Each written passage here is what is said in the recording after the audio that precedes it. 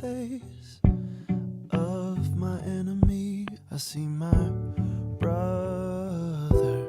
I see my brother. When I look into the face of my enemy, I see my brother.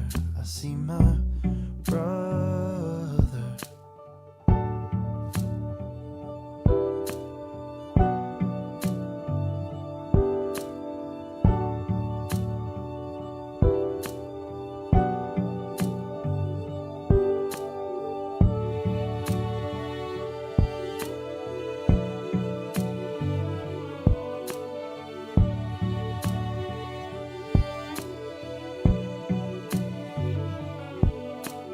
When I look into the face of my enemy, I see my brother. I see my brother. When I look into the face of my enemy, I see my brother. I see my brother. Forgiveness is the garment of our courage, the power to make the peace we long to know. Open up our eyes to see the wounds that bind all of humankind. May our shudder hearts greet the dawn of light with charity and love. When I look into the face of my enemy, I see my brother.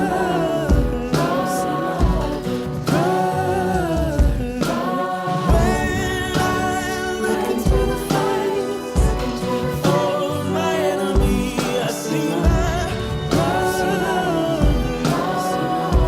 I see now.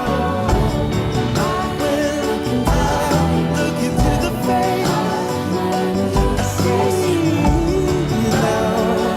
I see now. I see my brother. I see my sister. I see my father. I see my mother. When I look into the face of my enemy, I see my brother. I see my brother.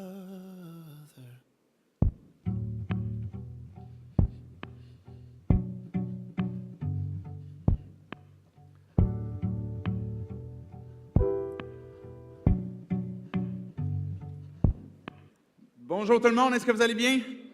Oui, je suis content de vous accueillir. Je m'appelle David Chouinard, je suis pasteur ici de l'Église 180. Si vous êtes pour la première fois avec nous, soyez les bienvenus.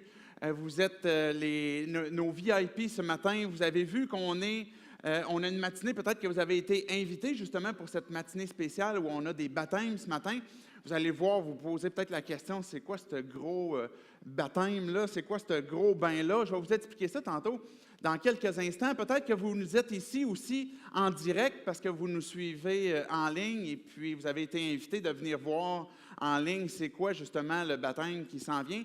Donc, où que vous soyez, soyez les bienvenus et on est content de vous accueillir. On a cette passion de Jésus, on aime Jésus et c'est tout simplement lui de qui on veut parler. C'est tout simplement pour lui que cette matinée est en son honneur ce matin.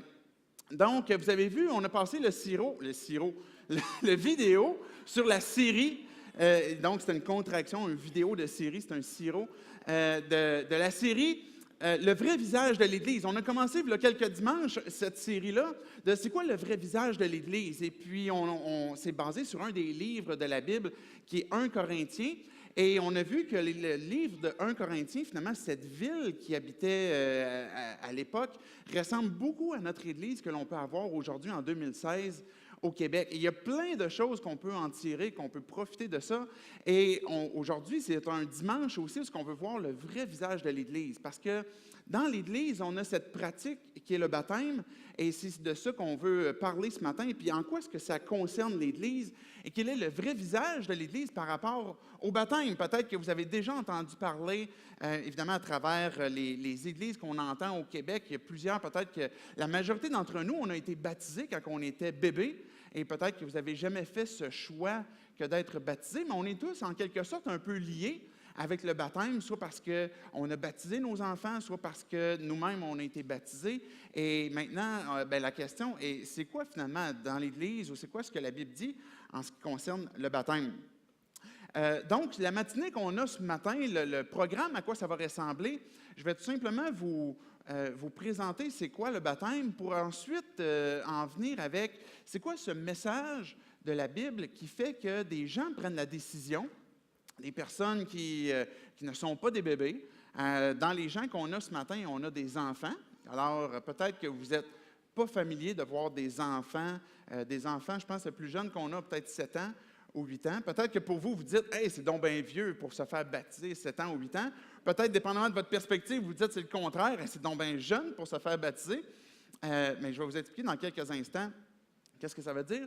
Mais ce message-là aussi, finalement, pourquoi est-ce que des personnes, à un moment donné, ont décidé de dire « Oui, moi, je crois ce message-là. » Et je vais vous parler d'un des versets, sinon le verset le plus populaire de la Bible et qui explique le pourquoi de cette raison.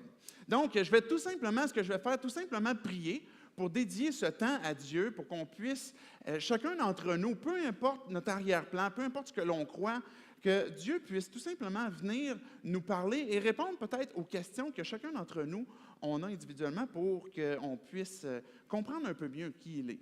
Donc, prions. Dieu, on te dit merci pour cette matinée. C'est une célébration ce matin, en ton honneur, une célébration de baptême. Dieu, on ne veut pas que ce temps-là soit plate, on ne veut pas que ce temps-là soit morne, parce qu'en fait, c'est une célébration de vie, c'est un miracle de vie qu'on se rappelle ce matin. Sois glorifié ce matin.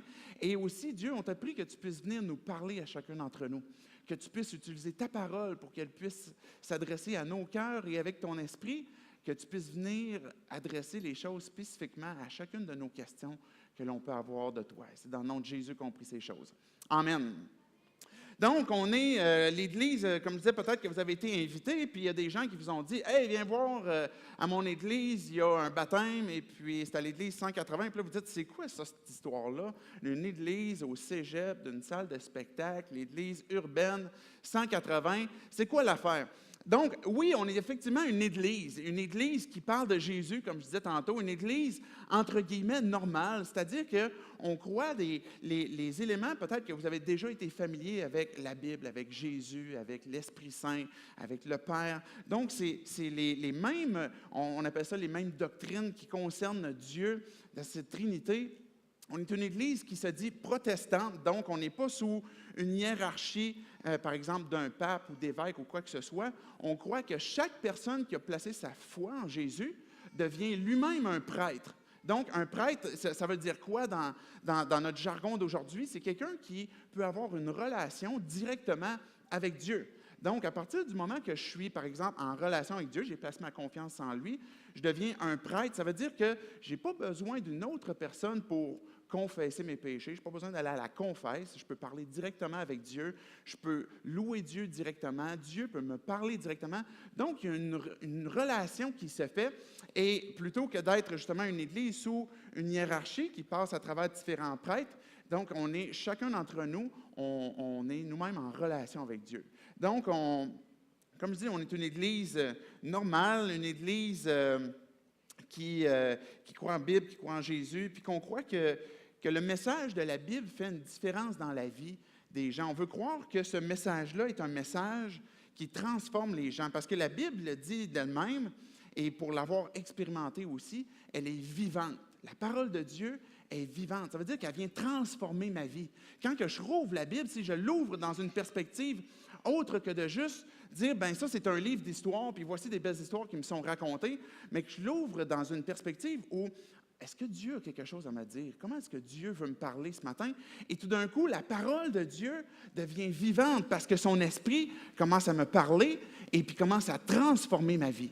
Et c'est ça qu'on proclame. L'Église urbaine 180 croit que le message de la Bible est un message vivant qui transforme les vies et qui est un message aussi authentique parce qu'il vient de Dieu. On dit urbaine parce qu'on ne veut pas être une Église fermée sur nous-mêmes. On ne veut pas être une Église qui est sectaire, ça veut dire qui est isolée, et puis quand quelqu'un place sa foi en Dieu, on va l'isoler aussi du reste de sa famille, du reste de son monde. Au contraire, on veut que chaque personne qui place sa foi en Dieu continue puis puisse être encore dans son réseau, en relation, continuer exactement comme Jésus. Jésus était l'ami des gens, l'ami des hommes avec un grand H. Jésus aimait passer du temps avec les gens. Donc, c'est la même chose pour nous aujourd'hui. Si on a placé notre foi en Jésus, l'Église urbaine veut dire que chacun des croyants sont encouragés et exhortés de continuer de vivre là où tu es avec le témoignage de ce que Jésus transforme dans ta vie. Et c'est ça qui fait qu'on veut être présent aussi en communauté, on veut s'investir, on veut pouvoir aider notre communauté de différentes façons, de façon individuelle, mais de façon collective, où ce qu'on peut aider de différentes façons. La communauté, exactement comme Jésus le faisait. L'amour n'est pas, puis je vais en parler tantôt, l'amour n'est pas juste une expression de mots, l'amour est aussi en action. C'est quelque chose et la Bible elle-même a dit, aimez pas seulement en parole, mais aimez aussi en vérité, en action. Donc, l'Église urbaine, c'est une Église qui se veut ouverte, qui se veut être disponible, qui sert la communauté aussi. Pas toujours dans un but de prosélytisme, peut-être que c'est le terme qui vous vient en tête, toujours dans le but de pogner quelqu'un au collet puis qui convertis-toi ou meurt, là, je ne sais pas comment est-ce que vous voyez les choses, mais qui est dans un but aussi je veux servir parce que j'aime, parce que Jésus m'aime. Et puis, Dieu fait des transformations aussi dans ma vie. Et c'est pourquoi que vous êtes maintenant dans un cégep, vous êtes dans la salle Sylvain Lelièvre, parce qu'on veut que les portes soient ouvertes, on veut que ça soit disponible et accessible. Et c'est un message qui transforme. C'est la raison pour laquelle on l'a appelé l'Église 180. Parce que quand on croit ce message-là, ce message de la parole de Dieu, l'Évangile, qu'on croit cette bonne nouvelle-là, il se produit quelque chose dans nos vies où à un moment donné, on fait un step qui est un 180. Où c'est comme si chacun d'entre nous, on poursuit notre vie indépendamment de Dieu. On continue d'avancer, puis Dieu, derrière nous, nous interpelle d'une quelconque façon. Peut-être que vous êtes ici ce matin, puis vous pouvez dire, c'est vrai, Dieu, il me poursuit, Dieu me cherche, Dieu m'appelle, et puis à un moment donné, on a comme Dieu qui nous poursuit, puis à un moment donné, on fait ce step où on dit, OK, Dieu, je fais ce 180. J'abandonne ma vie indépendante de toi, j'abandonne ce que je fais, puis je me tourne vers toi. Et c'est la raison pour laquelle on l'a appelé 180, parce que c'est une Église qui, on encourage cette étape de vie-là pour placer notre foi en Dieu. Et c'est la raison pour laquelle on l'appelle Église urbaine 180. Donc, voici c'est quoi l'Église 180. Peut-être que vous avez d'autres questions. Gênez-vous pas tantôt, quand vous allez sortir, on a un petit carton qui dit, par exemple, à propos, puis vous pouvez voir un peu plus ce que l'on croit, les choses que l'on fait, et on veut être transparent, on veut être authentique et dans ce que l'on est. Maintenant, c'est quoi le baptême? C'est quoi cette histoire-là d'avoir un gros bain un matin? Peut-être qu'on est habitué d'avoir juste, de se contenter de quelques gouttes d'eau. Ça serait moins, il y aurait moins de gaspillage, ça serait peut-être plus écologique. En fait, la Bible parle de baptême, parce que c'est pour ça qu'on baptise. Donc, littéralement, le mot, en fait, on a fait comme une translation. Hein? Vous savez, la Bible a été écrite en hébreu pour l'Ancien Testament, en grec, le Nouveau Testament. Et puis, littéralement, dans le fond, le mot baptiser, c'est baptizo. Fait que là, à la place d'avoir une traduction adéquate, on a fait ce que j'appelle une translation. Donc, on dit baptiser. Mais littéralement, baptizo, qui est le mot grec, veut dire immerger. Quand que Jésus nous a dit, immerger les gens pour illustrer quelque chose. Donc, à 27 fois, on voit des gens dans le Nouveau Testament qui se font baptiser et c'est toujours une décision personnelle.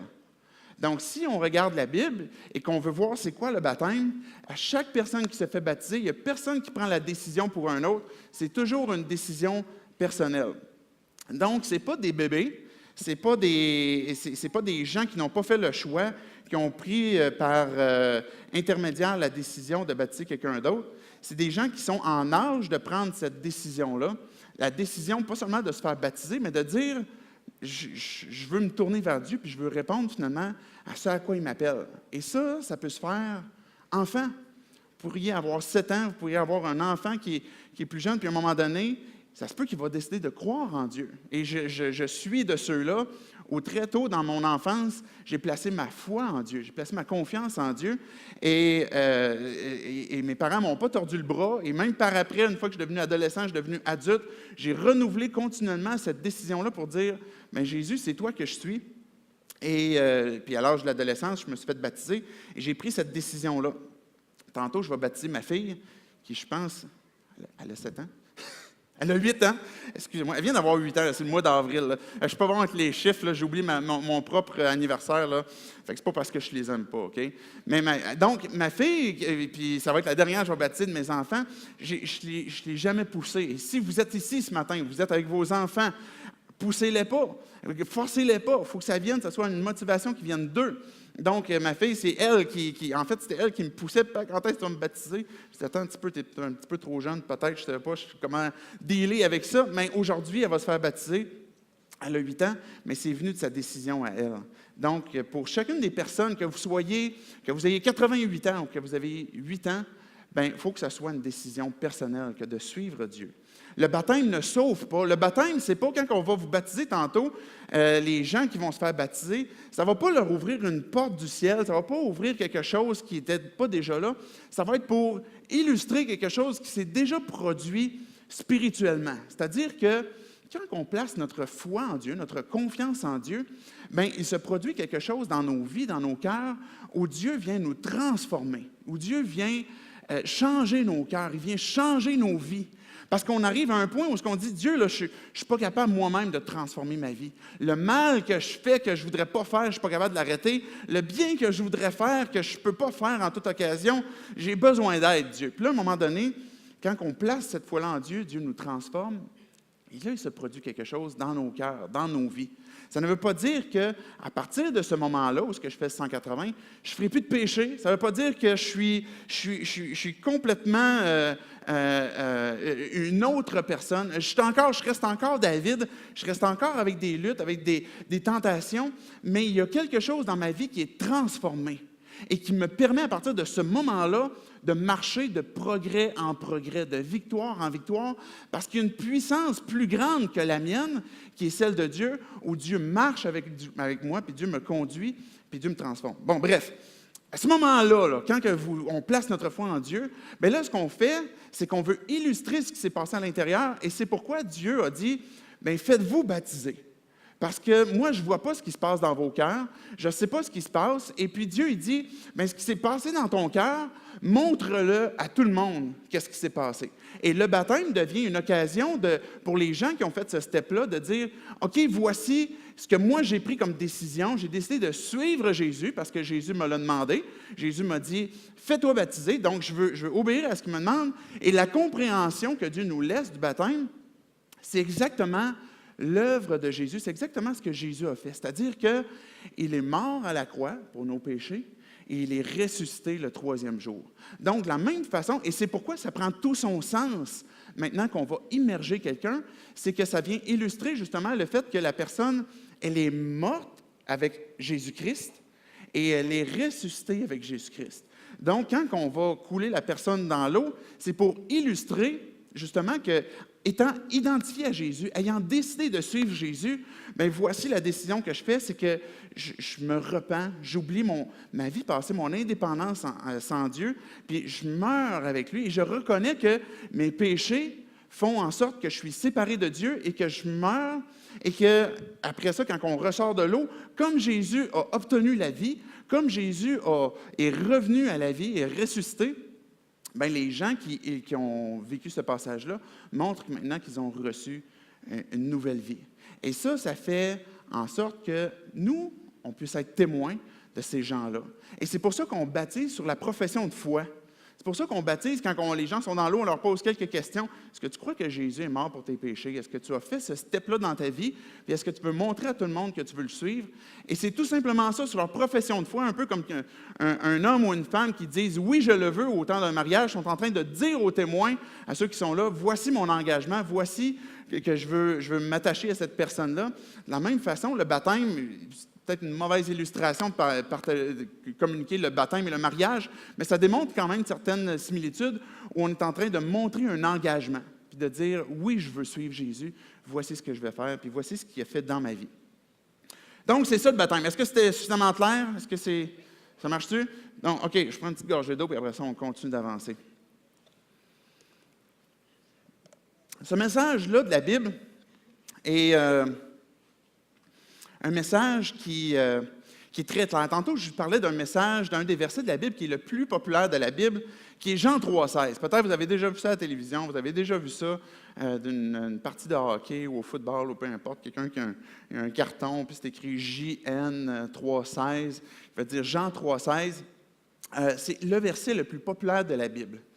Avant que je parle de ce verset-là, ce que je vais faire, c'est que je vais vous expliquer brièvement pourquoi Jésus en 2016? Pourquoi est-ce que cette histoire-là de suivre Jésus, de se faire baptiser, est encore pertinent aujourd'hui en 2016? Il me semble que c'était bon il y a 2000 ans. Est-ce que ça peut être bon encore aujourd'hui? Je vais vous parler de pourquoi, sur cette base-là, de ce verset-là, pourquoi est-ce que Jésus est encore nécessaire aujourd'hui en 2016? J'aurais pu aborder la question de différentes façons. J'aurais pu aborder la question, bon, est-ce que la Bible est fiable pour qu'on puisse voir ce qui est écrit et comment ça s'adresse à nos vies? J'aurais pu voir un autre angle en disant, OK, est-ce que Jésus est réellement un personnage historique? Qu'est-ce qu'il a laissé comme héritage, etc. J'aurais pu voir aussi, est-ce que les questions peut-être que vous avez, est-ce que le christianisme n'est pas tout simplement une béquille qui est bonne pour ceux qui sont en difficulté de vie, mais pour ceux qui vont bien, ils n'ont pas besoin du christianisme? Est-ce que Jésus peut être pertinent seulement pour ceux qui ont des troubles émotifs ou peu importe? Est-ce que la religion offre réellement une avenue salvatrice? C'est peut-être plein de questions que vous avez. Et évidemment, je ne peux pas répondre à toutes ces questions-là. Je n'ai pas non plus toutes les réponses à toutes les questions que vous pouvez avoir, mais je vais apporter quelques réponses avec ce verset-là que je vous ai parlé tantôt de Jean 3,16. Et une fois que j'aurai fini de vous en parler, je vais tout simplement, déjà d'avance, vous annoncer que vous allez être invités, vous aussi, à être baptisés si vous le voulez. Donc, déjà d'avance, si ce matin vous avez cette réflexion, vous écoutez ce message-là et vous dites « oui, je veux placer ma foi en Dieu », il y a des gens ce matin qui sont déjà planifiés être baptisés, mais peut-être que toi tu te dis « je ne suis pas venu ici, moi je suis venu juste pour écouter », et puis, mais cette offre-là de baptême est pour toi ce matin. Parce qu'en fait, Dieu, Jésus, offre à tout le monde de se faire baptiser. Interpelle tout le monde à se faire baptiser. Peu importe qui tu es, peu importe ton arrière-plan, peu importe la raison pour laquelle tu es venu ce matin. Si tu veux placer ta foi en Dieu, ce matin, tu auras l'opportunité de dire « oui, je vais me faire baptiser ». Vous avez peut-être plein de questions, c'est quoi, comment est-ce qu'on va faire, etc. Je vais vous en parler un petit peu plus tard. Mais je veux tout simplement vous préparer d'avance, comme quoi vous aurez cette opportunité-là. Dieu a tellement aimé le monde qu'il a donné son Fils, Jésus-Christ, afin que quiconque croit en lui ne périsse point, mais qu'il ait la vie éternelle. J'ai apporté ce verset-là, que vous pouvez voir. C'est un verset que plusieurs d'entre nous, on connaît par cœur.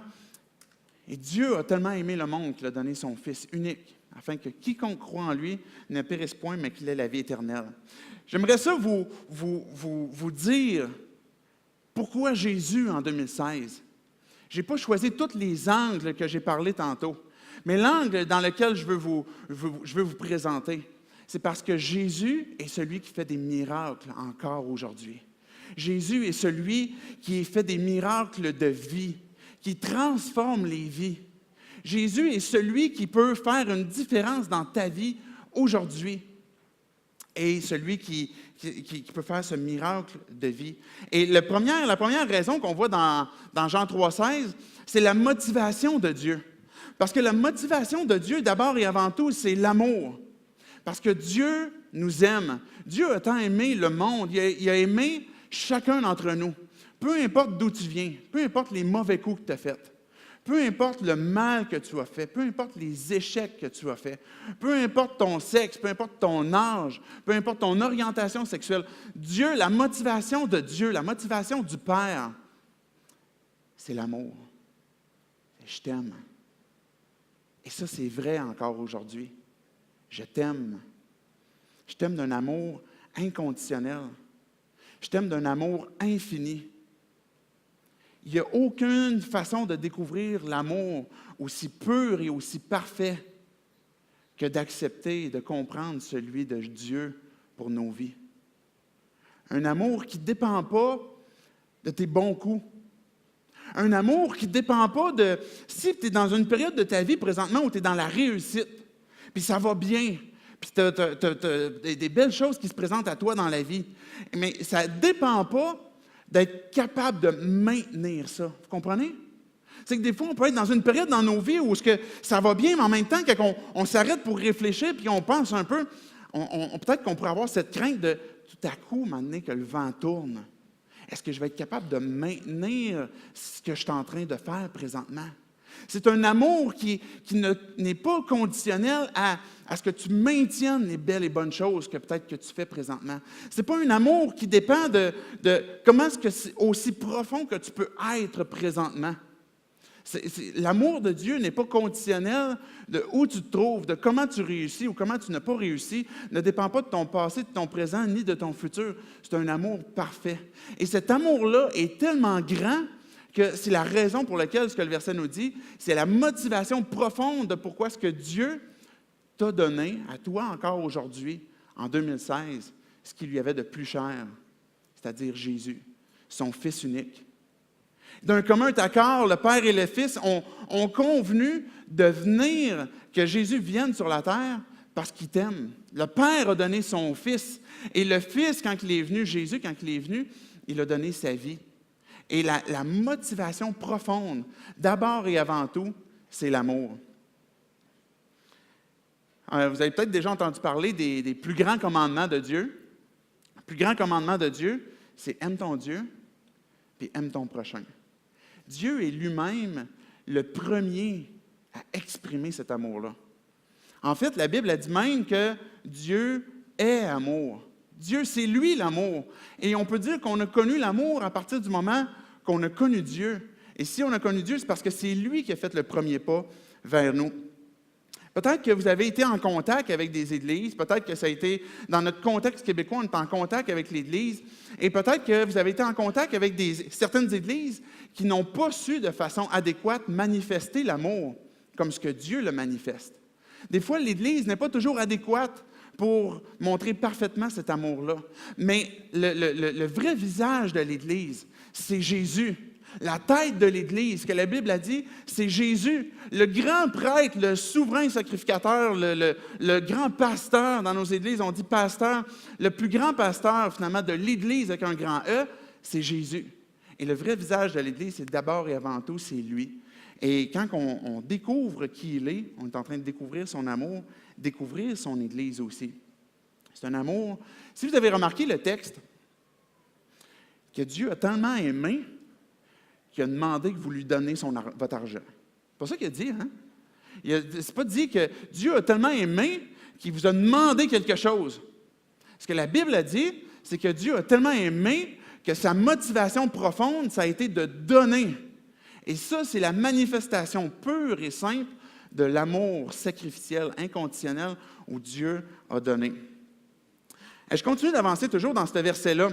Le premier bout de texte dit que Dieu a tellement aimé qu'il a donné son Fils. Ce miracle de vie-là, la motivation première que tu peux expérimenter, le miracle dans ta vie, de cette transformation-là, c'est parce que Dieu, d'abord et avant tout, t'aime. Et ça, tu pourrais toujours te fier là-dessus. Jamais remettre en doute l'amour profond de Dieu pour toi. Mais l'autre élément, c'est un miracle de vie à cause de la foi, à cause de la confiance que tu peux avoir. Je vais inviter les musiciens à s'avancer, parce que je vais aller tranquillement vers la conclusion. La foi, j'illustre la foi un peu comme une main, OK? C'est quelque chose qui nous permet de saisir. C'est quelque chose qui nous permet de prendre. La foi, ce que le texte dit, c'est que afin que quiconque croit en lui. Le désir de Dieu, s'il nous a donné son Fils, c'est pour que tu puisses croire en lui. Le fait de pouvoir entrer dans l'Église, le fait de pouvoir être, c'est un terme qu'on emploie, sauvé, être délivré de ce qui nous fait du mal, de ce qui nous sépare de lui, c'est-à-dire le péché, de notre état de pécheur, ce qui nous permet d'entrer à nouveau en relation avec Dieu. Ce n'est pas de comment tu vas redevenir une bonne personne. Ce n'est pas de comment tu vas réussir à enlever les choses de ta vie, puis comment tu vas réussir à t'en tirer pas si mal, finalement. Ça n'a rien à voir. Ça n'a rien à voir avec le travail sur ta vie, dans le fond de ton cœur, puis tu vas réussir à déraciner des choses qui sont là. C'est la foi. C'est par la grâce que vous êtes sauvés. La grâce, c'est un don gratuit de Dieu, un cadeau gratuit. C'est bizarre à dire, hein? C'est un peu redondant, mais c'est ce que la Bible a dit pour être sûr que ça nous rentre dans la tête. Un cadeau gratuit, c'est la grâce de Dieu. C'est par la grâce de Dieu que vous êtes sauvés. Ce n'est pas les œuvres, ce n'est pas comment est-ce que vous allez être bon. C'est la grâce de Dieu par le moyen de la foi. Imaginez qu'il sort de vos cœurs cette main, puis qu'il dit « Dieu, j'ai besoin de toi. Je veux placer ma foi en toi. Je veux placer ma confiance en toi. Une foi qui va me transformer. » La foi, la confiance, c'est un synonyme. Et c'est le moyen qu'on a pour connaître Dieu. Le moyen pour connaître le ciel, c'est par la foi. Le moyen pour être réconcilié avec Dieu, c'est la confiance en lui. J'ai une chaise ici. Et puis, je pourrais illustrer cette chaise-là un peu par Jésus. Et dire, j'ai besoin de m'asseoir, là, je suis au bout de mes ressources, je suis fatigué. Je ne suis plus capable de maintenir mon standard que j'ai maintenu. Je ne suis plus capable de me délivrer de moi-même. Je ne suis pas capable de me sauver. Il y a des choses avec lesquelles je suis pris. Et je comprends aujourd'hui que le mal que j'ai fait, que la Bible appelle le péché, j'ai besoin d'en être pardonné. Parce que ça me sépare de Dieu. Et la conséquence du péché, finalement, c'est la mort. La mort, peut-être qu'on est vivant ici ce matin, mais on peut être vivant puis être mort à la fois parce que nos péchés nous séparent de Dieu. Et quand on n'a pas cette communion avec Dieu, on est mort. On est comme un appareil électrique qui est sans courant. Et Dieu, j'ai besoin de toi, j'ai besoin de m'appuyer sur toi. Peut-être que Dieu va te pose la question ce matin, mais est-ce que tu crois que je t'ai aimé d'un amour inconditionnel, puis que je t'ai donné Jésus pour que tu puisses t'appuyer sur lui? Oui, Dieu, je crois ça. Est-ce que tu crois que Jésus, c'est Dieu? C'est Dieu lui-même, Emmanuel, Dieu avec nous, et qui est venu pour prendre la forme humaine et vivre sur la terre sans jamais faillir, sans jamais avoir manqué, pour un but précis. Savez-vous pourquoi Jésus est venu sur la terre sans jamais faillir? Dieu qui est venu sur la terre pour réussir complètement et parfaitement, c'est pour qu'en mourant sur la croix, il puisse te donner sa vie. Et que toi, tu puisses prendre ta vie et dire, Dieu, je te la donne. Je veux faire cet échange-là avec toi. C'est la raison pour laquelle Jésus est mort à la croix. Et maintenant, je pourrais dire, oui, je crois ça, Jésus, je crois que tu es mort pour mes péchés. Je crois que tu es Dieu, celui qui est venu. Je crois que la conséquence de mes péchés, la Bible le dit, Romains 6, 23, c'est le salaire, c'est la conséquence du péché, c'est la mort. Je suis séparé d'avec toi. Je crois ça, Dieu. J'ai besoin d'être pardonné. Et si tu crois ça, tu es sur une bonne voie, tu es sur une bonne compréhension. Sauf que la Bible, quand elle parle de foi, elle parle de confiance. C'est plus que de dire, oui, je crois que je peux m'asseoir sur cette chaise-là. Je suis épuisé, je ne suis plus capable de me tenir debout. Puis oui, je suis sûr que cette chaise-là est suffisamment solide pour porter mon poids. Puis jamais m'asseoir dessus. Et ce que Dieu me dit, c'est la foi. C'est pas juste de croire que la chaise peut porter mon poids. La foi, c'est assis-toi. Dire, Dieu, je viens maintenant. Puis je m'abandonne à toi. Je m'appuie sur toi. C'est les effets spéciaux, un petit la pyrotechnique. Excuse-moi, Ben, le technicien au fond. Ça pète le feu. Est-ce que vous comprenez, la foi, c'est plus qu'un concept intellectuel. C'est plus qu'un concept de dire, OK, Dieu, tu m'as tellement aimé, tu m'as donné Jésus, puis je veux croire. Mais quiconque croit en lui, s'appuie sur lui. Le moyen que de pouvoir être sauvé puis de dire ma vie est transformée, pas parce que j'adhère à une église, pas parce que je crois que ce que le pasteur dit, pas parce que je vais à une église urbaine 180, c'est parce que Jésus, c'est lui qui transforme les vies et c'est sur lui que je m'appuie, parce que je lui abandonne ma vie, parce que j'ai demandé pardon. Il m'a donné sa vie qui est parfaite et je suis transformé et je m'appuie sur lui. C'est ça qui fait la différence. Et le résultat que ça porte, le verset, ce qu'il dit, et on conclut là-dessus, c'est afin que quiconque croit en lui ne périsse point. Parce que la mort, quand on est séparé de Dieu, même si on mène une bonne vie, même si on a des résultats, quand on prend le temps de réfléchir, même quand on est dans une période de victoire ou de bonheur dans nos vies, puis qu'on essaie de transposer ça sur une perspective à long terme, ou une perspective éternelle, on réalise qu'on est peut-être dans une quête éphémère, quelque chose qui ne durera pas. Peut-être qu'on est dans une période de nos vies où on est découragé, où on est déprimé, où on réalise qu'on ne réussira jamais à s'en sortir de par nous-mêmes. Mais maintenant, cette perspective-là, quand on s'appuie sur Dieu, c'est que maintenant, Dieu ne veut pas que tu périsses. Dieu ne veut pas que tu restes séparé de lui. Dieu veut que tu découvres la vie et pleinement la vie et que ce que tu vis présentement va prendre une autre dimension, une dimension avec une espérance éternelle qui va franchir la tombe parce que tu vas ressusciter avec Jésus-Christ. Que même si tu meurs, tu vas être vivant parce que tu vas t'avoir appuyé sur lui, tu vas avoir placé ta confiance sur lui. Même si tu es dans la réussite présentement, tu vas réaliser qu'une perspective éternelle va changer ta façon de voir les choses, que le découragement des choses éphémères puis les quêtes qui ne mènent qu'à la poursuite du vent vont devenir différentes. Parce que maintenant, Dieu va devenir une raison de vie pour toi, une transformation de vie. Le motif profond de Dieu, c'est son amour pour toi, pour que tu puisses, par la main de la foi, dire « Dieu, je m'appuie sur toi, je m'assois sur toi, je te fais confiance, parce que je ne veux pas mourir, parce que je veux découvrir la vie en toi, parce que je veux vivre en toi. » C'est ça le message de l'Évangile. C'est ça la bonne nouvelle. Ce n'est pas une question d'effort, de travaux, de difficultés, de mortification en se fouettant ou quoi que ce soit. C'est dire, Dieu, j'ai tout simplement besoin de toi. Je demande pardon pour mes péchés. Maintenant, je veux te faire cette offre-là ce matin. Je veux tout simplement conclure par la prière et te donner l'occasion de verbaliser à Dieu. Parce que le moyen de pouvoir venir à Dieu et dire, Dieu, je te fais confiance maintenant, c'est de dire, Dieu, tout simplement de le dire de ton cœur. Ce n'est pas des paroles magiques, ce n'est pas une prière magique. Tu pourrais dire cette parole-là sans y croire, cette prière-là sans y croire, ça ne changera rien dans ta vie. Mais si ce matin, tu es prêt à dire, oui, Dieu, je veux te faire confiance, bien, tu pourrais dire tout simplement cette prière. Baissons nos têtes, fermons nos yeux, tout simplement pour qu'on puisse être nous-mêmes avec Dieu. Et si tu es ici ce matin, si tu nous suis en ligne, tu peux faire cette prière simplement dans ton cœur puis dire, Dieu, tu m'aimes. Tu m'aimes infiniment. Je ne comprendrai peut-être jamais toute la profondeur de ton amour. Mais Dieu, ce que tu me dis dans ta Bible, c'est que tu es mort pour moi.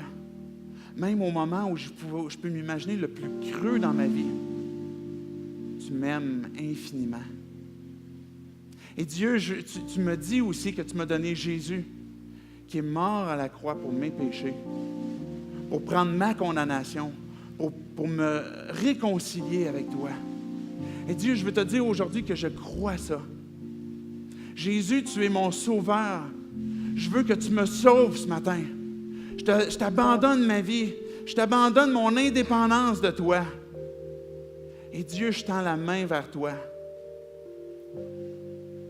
Et donne-moi ton pardon. Donne-moi ta vie. Prends la mienne. Papa, je veux pas périr, mais par la foi, je veux découvrir la vie en ton Fils. Fais de moi ton enfant. Je veux m'engager ce matin à te suivre, à me laisser transformer par toi, par ta grâce, pas par quelque chose que je vais être capable, mais tout simplement parce que toi, tu es capable de transformer ma vie. Prends mon cœur.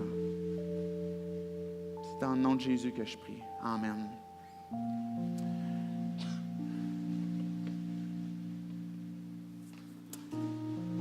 Ce matin, je vais te donner cette offre-là. Dire oui, je veux suivre Jésus. Quand les premiers apôtres annonçaient ce message-là que vous venez d'entendre ce matin, ils disaient aux gens, mais si tu crois maintenant, avance-toi puis fais-toi baptiser. Peut-être que tu es là, mais là, attends un petit peu, je ne vais pas retourner dans mon char tout mouillé. Ça n'a pas de bon sens. Ou peut-être que tu dis, non, mais c'est parce que ma famille n'est pas là. Peut-être que j'aimerais ça en parler avec mes gens, avec des gens autour de moi. Peut-être qu'il y a différentes raisons qui t'empêchent à te faire baptiser ce matin. Mais si c'est une question de vêtements, bien, on en a des vêtements. On a prévu des shorts, on a prévu des bas, on a prévu des gougounes. On a prévu, si tu te dis, j'ai peur de me dépeigner, on a du shampoing, on a du gel, vous allez pouvoir vous repeigner après. Quelle que soit la raison, si ce matin tu prends la décision de te faire baptiser, que les vêtements ou comment est-ce que tu vas repartir mouillé, on aura des serviettes pour toi. Mais il n'y aura aucun empêchement pour que tu puisses prendre cette décision-là de te faire baptiser. Si tu veux que les gens proches de toi puissent voir, on aura des gens qui vont prendre des photos. Ça va être filmé. Donc, tu vas pouvoir remontrer cette décision-là que tu as prise ce matin. De dire, j'ai décidé de donner ma vie à Jésus. Voici ce que j'ai pris comme décision. J'ai décidé de me faire baptiser. Donc, il n'y a plus de raison. Si tu as placé ta foi en Jésus, l'appel que je fais ce matin, c'est pas de lever ta main, c'est pas de t'avancer ici. C'est tout simplement quand que je vais dire tantôt, tous ceux qui veulent se faire baptiser, levez-vous, vous allez vous lever, vous allez vous diriger vers l'arrière. Il y aura des gens pour vous conduire. Si tu as pris la décision ce matin, je serai là avec une autre personne, avec un autre pasteur pour entendre ton désir de te faire baptiser, pour qu'on puisse entendre ce que tu as compris, pour qu'on puisse t'accompagner dans cette démarche-là pour te faire baptiser. Si tu as déjà pris cette décision-là puis que tu es planifié ce matin, tu pourras tout simplement descendre en bas et puis on va te baptiser. Donc, ça sera le plan ce matin. On va avoir une période de louange, on va pouvoir chanter des cantiques qui sera une réponse de notre compréhension de Dieu, de notre adoration. Et pendant ce temps-là, ceux qui veulent se faire baptiser, vous allez pouvoir vous lever, vous diriger à l'arrière et venir. J'aimerais ça vous inviter à vous lever. Et tous ceux qui veulent se faire baptiser maintenant, je vous invite à prendre cette décision-là sans tarder, à vous diriger vers le côté puis aller vers l'en arrière.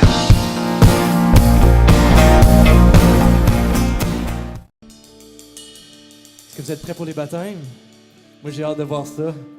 J'ai hâte de voir les cœurs nous démontrer leur changement. À toi, Yes. David. Merci, Sam. Vous pouvez vous asseoir. On est rendu à l'étape de pouvoir baptiser les gens. Si vous êtes encore ici et vous prenez dans le manche, vous n'êtes pas sûr, vous pouvez prendre cette décision-là. Il n'est pas trop tard. Vous pouvez vous rendre à l'arrière. On va vous rencontrer. Et puis, il n'est pas trop tard pour vous faire baptiser ce matin. Donc, je vous donne le mot d'ordre. C'est une célébration. Est-ce que vous êtes capable de faire ça, célébrer, d'applaudir, puis de crier? On essaye de ça?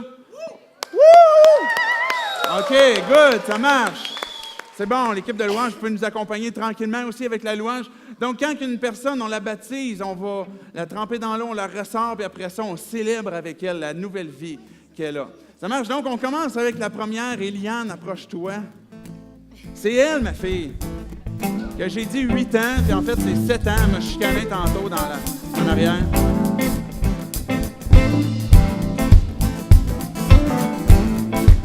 Je peux rester juste debout ici.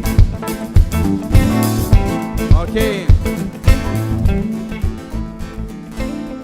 Eliane, est-ce que tu crois que Jésus est mort pour tes péchés? Oui, Est-ce que tu lui as demandé pardon pour tes péchés? oui, Est-ce que là, ce matin, tu veux dire à tout le monde que tu aimes aussi ton papa? oui, Ah oui, OK, ça marche. OK, une chance, même encore. Fait que, est-ce que tu veux dire à tout le monde que tu veux te faire baptiser parce que tu veux montrer que tu veux suivre Jésus? oui, Oui? Super. Donc, tu peux descendre juste ici, Eliane. Fait que, Eliane, je te baptise au nom du Père, du Fils et du Saint-Esprit.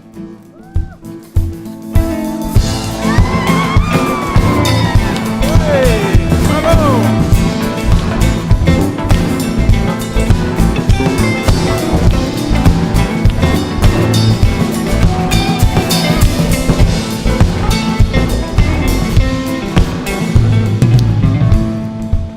Enlevez tes gougounes, Gabriel.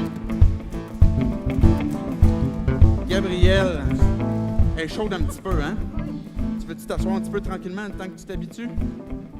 Je l'ai mis un petit peu trop chaude là, ce matin. C'est de ma faute. OK, ça va? On se prépare tranquillement? OK. Gabriel, tu peux venir, maman, plus proche. Là, tu vas voir ton garçon plus proche.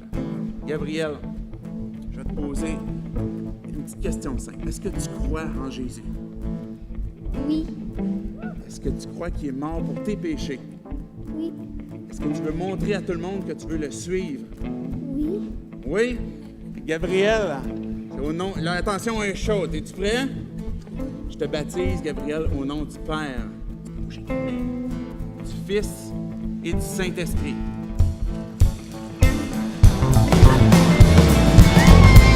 Oui!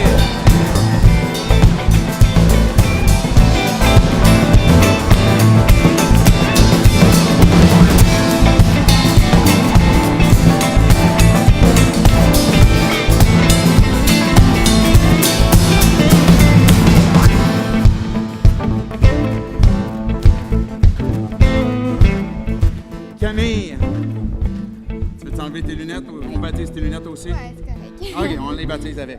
Camille, est-ce que tu crois que Jésus est mort pour tes péchés? Oui, Oui, est-ce que tu lui as demandé pardon pour tes péchés?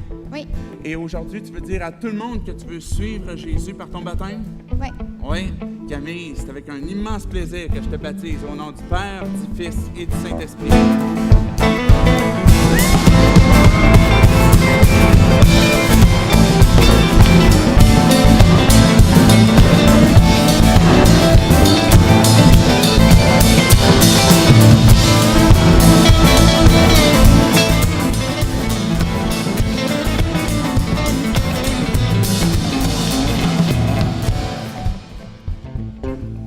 Oui, elle saisit un petit peu, hein?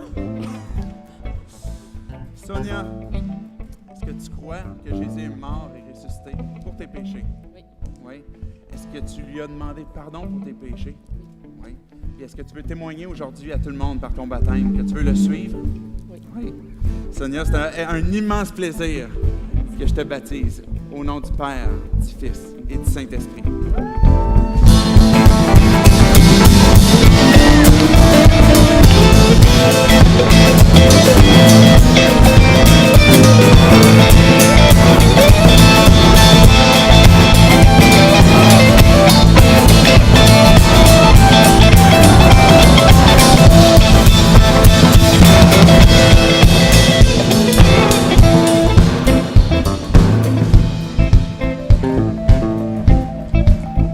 Jordan, t'es pas trop chaude?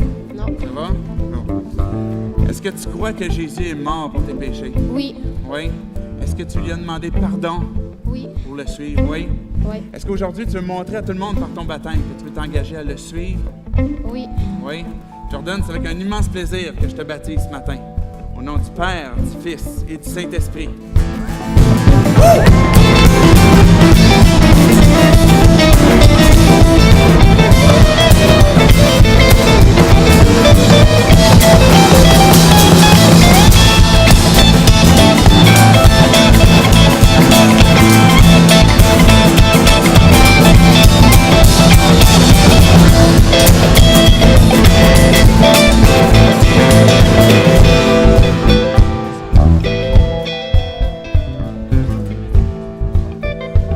C'est correct? Oui. J'ai besoin de te préparer un petit peu toi aussi. Aiden, est-ce que tu crois que Jésus est mort pour tes péchés? Oui, Oui. Est-ce que tu lui as demandé pardon pour tes péchés pour le suivre? Oui. Est-ce qu'aujourd'hui, avec ton baptême, tu veux montrer à tout le monde que tu veux le suivre pour le reste de ta vie? Oui. Aiden, c'est avec un immense plaisir que je te baptise. Au nom du Père, du Fils et du Saint-Esprit. Et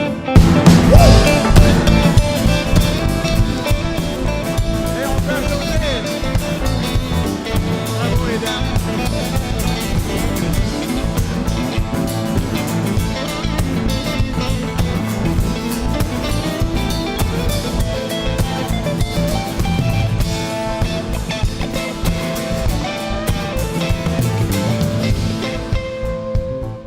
Hey, la gang, il faut continuer de célébrer hein, avec ceux qui sortent de l'eau. Là. On veut célébrer avec toi, Amy, ce matin, avec cette décision que tu as prise de te faire baptiser. Est-ce que tu crois que Jésus est mort pour tes péchés? oui, Oui. Est-ce que tu lui as demandé pardon pour le suivre, pour avoir sa vie? oui, Oui.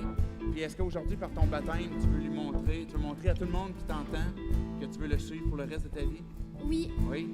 Amy, c'est avec un immense plaisir que je te baptise au nom du Père, du Fils et du Saint-Esprit.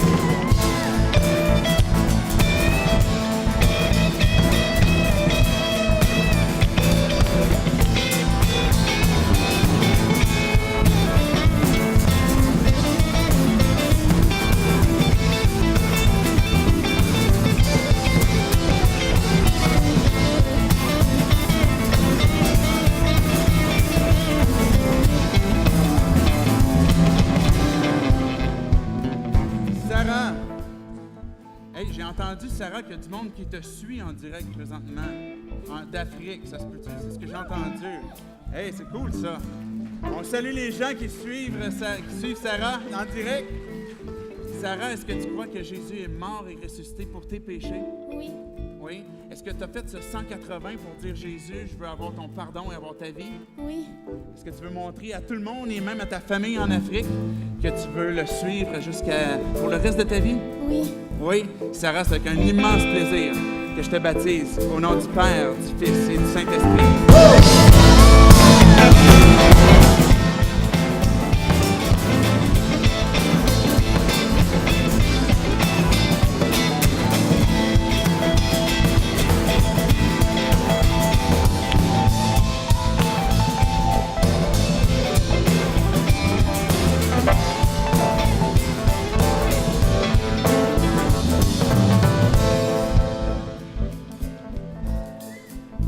Cécile, c'est la série sur le Sunday, c'est la dernière. Hey Cécile, je suis content de pouvoir te baptiser aujourd'hui. Est-ce que tu crois que Jésus est mort et ressuscité Oui. pour te donner la vie? Oui. Oui. Est-ce que tu veux montrer à tout le monde ce matin que tu veux le suivre pour le reste de ta vie? Oui. Oui. Cécile, c'est avec un immense plaisir que je te baptise au nom du Père, du Fils et du Saint-Esprit.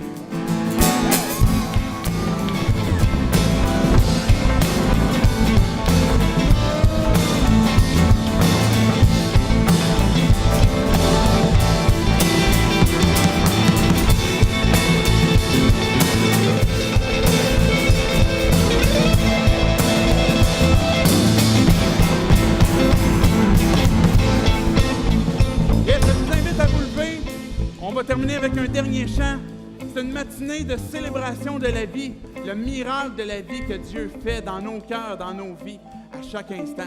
C'est lui qu'on veut célébrer. Je veux vous souhaiter la bienvenue si c'est votre première fois, encore une fois, et vous souhaitez aussi la bienvenue pour dimanche prochain, si vous voulez vous joindre à nous. On va poursuivre la série « Le vrai visage de l'Église », où on va continuer de parler passionnément de Jésus et de son Église. Si vous avez quelques questionnements, vous pouvez aller dans le hall d'entrée à la sortie où on a un kiosque d'informations pour avoir plus d'informations sur des activités qui s'en viennent, sur des choses qui arrivent. Si vous voulez avoir plus d'informations, vous pouvez aller voir le site web église180.com ou le Facebook. Et on termine avec un dernier chant de célébration. Est-ce que vous êtes prêts? Good, dans ce temps, on se dit bon restant de rencontre et à la semaine prochaine. Bye bye!